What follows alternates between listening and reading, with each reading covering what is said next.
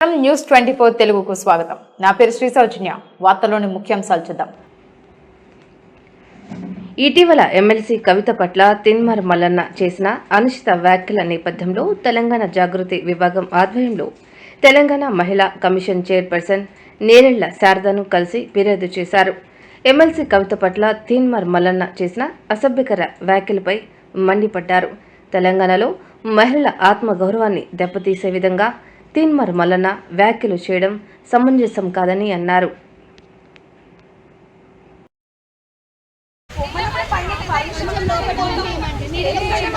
ఆడకూతులంతా బయట వాళ్ళకి ఇబ్బంది పడుతున్నామండి. షుగర్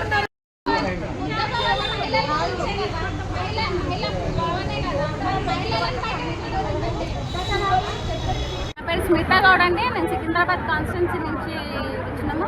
ఇక్కడ వచ్చిన ప్రతి ఒక్క మహిళలం కూడా ఈరోజు కమిషన్ ఆఫీస్కి వచ్చింది. ఎందుకంటే తిన్మార్ మల్లన్న చేసిన వ్యాఖ్యలకి మేము ఖండిస్తూ ఈరోజు ఇక్కడ కంప్లైంట్ చేయడానికి వచ్చినాము. మేము పొద్దున 10 గంటల అయింది వచ్చి, ఇప్పుడు 12 అవుతుంది. కానీ మేడం ఇంతవరకు కూడా మాకు రెస్పాన్స్ లేదు. మమ్మల్ని లోపల కూడా కాలు పెట్టనిస్తలేరు. ఇంత ఎండలో కూడా ఇంతమంది మహిళలను నిలబడ్డాము. కనీసం మేము కర్టెసీ కూడా లేదు. ఇంతమంది ఆడవాళ్ళు వచ్చినారు కదా, సరే కనీసం లోపలికన్నా పిలవండి అనే మాట కూడా వస్తలేదు. లోపలికి పోనిస్తలేరు. ఇది ఎంతగానో న్యాయం అన్నది మాకు అర్థం అవ్వట్లేదు. ఆయన ఒక ఆడబిడ్డని అంత పెద్ద మాట అన్నప్పుడు ఆమె కూడా ఒక ఆడమనే కదా, కమిషన్ మేడం కూడా ఒక ఆడమనే కదా, ఆమె కూడా వర్తిస్తారు కదా ఈ మాట అన్నందుకు. ప్రతి ఒక్కరికి ఇంత మొత్తం దేశం మొత్తం ఎంతమంది ఆడపడుచులు ఉన్నారో అందరికీ వర్తించే మాట అన్నాడు తిన్మార్ మల్లన్న. ఆ మాట ఎందుకు అన్నాడు, దేని గురించి అనాల్సి వచ్చింది? అక్క మా బీసీల గురించి కొట్లాడడం ఏమన్నా అన్యాయమా? కాదు కదా. బీసీల గురించి ఇప్పుడు కాదు, ఎప్పటి నుంచో పోరాటం చేస్తుంది. 42% వచ్చింది. మరి ఇంతకు ముందు ఎందుకు రాలేదు? ఇంటితో నువ్వు ఎందుకు ధర్నా చేస్తున్నావు? బీసీల గురించి నీకేం అవసరం అని ఎందుకు అడగలేదు అప్పుడు? ఇప్పుడు నువ్వు ఎందుకు అంటున్నావు అంటే అక్కడ ఢిల్లీకి పోయి శాంక్షన్ అయ్యి వచ్చిన తర్వాత ఒక ఆడపిల్ల అయి ఉండి మా అందరు ఆడబిడ్డల గురించి కొట్లాడితే దానికి పండగ చేసుకుంటే తప్పే ఉంది. దేని గురించి తప్పని నువ్వు విమర్శించినావు అక్కని. కంపల్సరీ చేసుకుంటాం. అక్క ఒక్కరి గురించి బీసీ గురించే కొట్లాడలేదు కదా, ఎస్సీ గురించి కొట్లాడుతుంది, ఎస్సీ గురించి కొట్లాడుతుంది, ఎస్టీ గురించి కొట్లాడుతుంది. ఎందుకంటే ఆడపిల్లల గురించి ఆమె సపోర్ట్ చేస్తుంది. అక్క చేస్తున్నప్పుడు నువ్వు విమర్శిస్తావు. దీనికి మేము ఈ రోజు మేడం దగ్గర మేము కంప్లైంట్ పెట్టడానికి వచ్చినాము. కంపల్సరీ ఆమె కంప్లైంట్ యాక్సెప్ట్ చేయాల్సిందే. తిన్మార్ మల్లన్నని జైలుకి పంపించాల్సిందే. అప్పుడు వెళ్ళేంత వరకు కూడా కంప్లైంట్ యాక్సెప్ట్ చేసి ఆయన జైలుకి పంపించే వరకు కూడా మేము ఇక్కడ నుంచి ఆడపిల్లలం ఎవరం కదలేదు లేదు, కదలబోము కూడా. ఎంతవరకు అయితే అంతవరకు మేము తెగించడానికి రెడీగా ఉన్నామండి. ఈరోజు తెలంగాణ జాగృతి మహిళలము మరియు తెలంగాణ ఆడబిడ్డలందరం కలిసి తెలంగాణ ఉమెన్ కమిషన్ ఆఫీసర్కి ఫిర్యాదు చేయడానికి వచ్చినాం.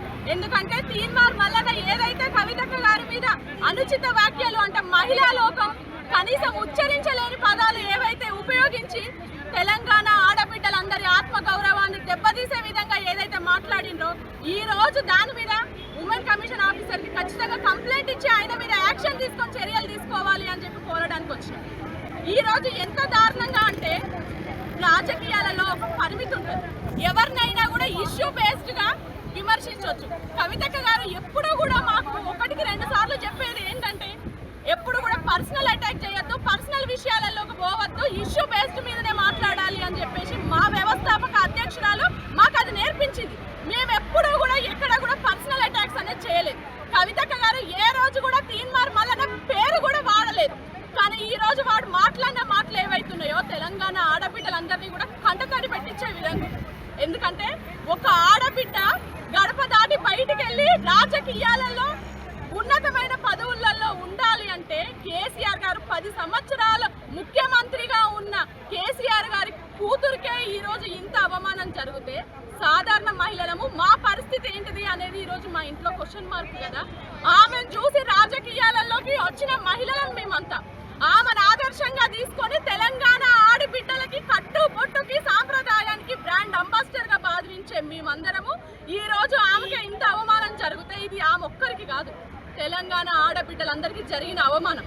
ఆ అవమానాన్ని ఆ మాటని ఇప్పటికీ కూడా ఇంకా కూడా వాడు సర్దిద్దుకొని ఈ రోజు వరకు కూడా మేము తిన్మార్ మల్లన్న అనే సంబోధించినాం కానీ ఇక సంబోధించుకోరావాలి అనే అదే ప్రసక్తే లేదు. ఎందుకంటే మా కడుపు రగిలిపోతుంది.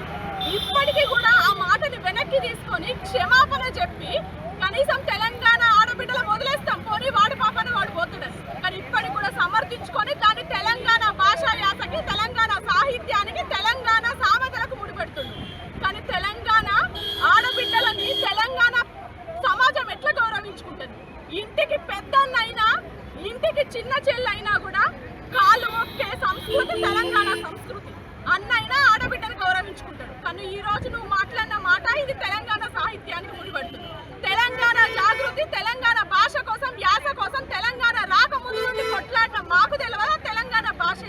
మా తాత ముత్తాతల కాలం నుండి చూస్తున్నాం.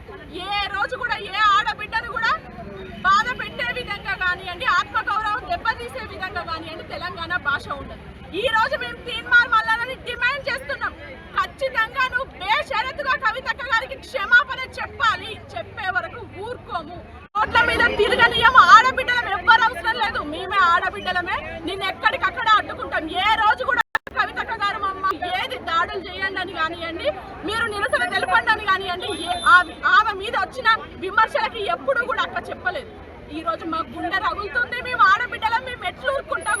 ఈ రోజు కవితక్క గారు బతుకమ్మ ఎత్తుకొని తెలంగాణ కోసం నలుమూలలు తిరిగి ప్రపంచ వ్యాప్తంగా తిరిగి పోరాటం చేసిన ఆడబిడ్డని ఇంత అవమానిస్తే ఈ రోజు మమ్మల్ని అందరినీ అవమానించినట్టే. ఖబర్దార్ తీన్మార్ మల్లన్న, నువ్వు క్షమాపణ చెప్పే వరకు కూడా తెలంగాణ ఆడబిడ్డల ఊరుకోము. తెలంగాణ జాగృతి ఆడబిడ్డలం కూడా ఊరుకో.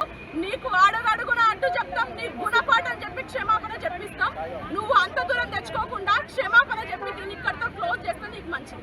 వెనక్కి తిరిగి చూసుకోలేదు. ఇవాళ తెలంగాణ మహిళలంతా తిరగబడితే మల్లన్న ఎక్కడ ఉంటాడో మల్లన్నకే అర్థం కావాలి.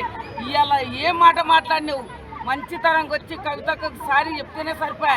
నీవు ఒక ఎమ్మెల్సీ, ఆమె ఒక ఎమ్మెల్సీ, మాట్లాడే తరీక మంచిది కాదు.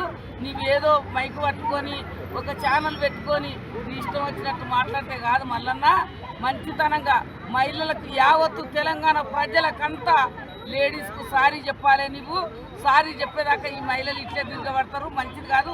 కవితక్కనన్నా నేను ఇంట్లో వండుకున్నా అనేది కాదు. ప్రజలంతా మహిళలకు ఇవాళ ఆవేశం ఉంది. ఇవాళ నిన్ననే మాట్లాడింది, ఇవాళ మహిళలు తక్కువ కానొస్తున్నారు అనుకుంటున్నాను, కానీ ఏడబెట్టే మహిళలు ఆడ ఉద్యమం చేస్తారు. ఇప్పుడు మహిళల కోసం నువ్వు తక్కువ చేయకు. మీ అమ్మ మహిళనే, మీ పిల్ల మహిళనే, మీ బిడ్డల మహిళలే. మహిళల గురించి మాట్లాడేటప్పుడు అర్థం చేసుకోవాలి.